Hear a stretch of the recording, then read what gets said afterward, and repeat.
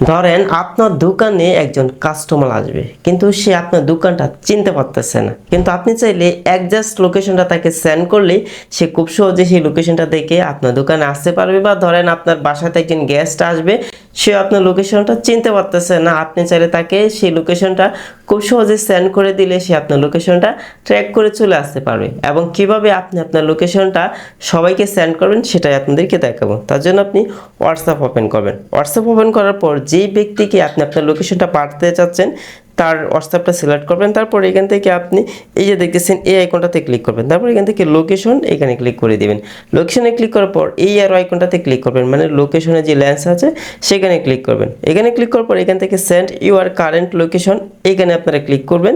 তারপর দেখতে পারবেন তার হোয়াটসঅ্যাপে খুব সহজেই আপনার লোকেশনটা চলে গেছে এবং সে আপনার লোকেশনটা ফলো করে খুব সহজে আপনার জায়গাতে আসতে পারবে। আশা করি এই সেটিংসে আপনাদের জন্য খুব হেল্প হবে এবং এই ধরনের হেল্পফুল ভিডিও পেতে আমাদের চ্যানেলটি সাবস্ক্রাইব করে রাখুন।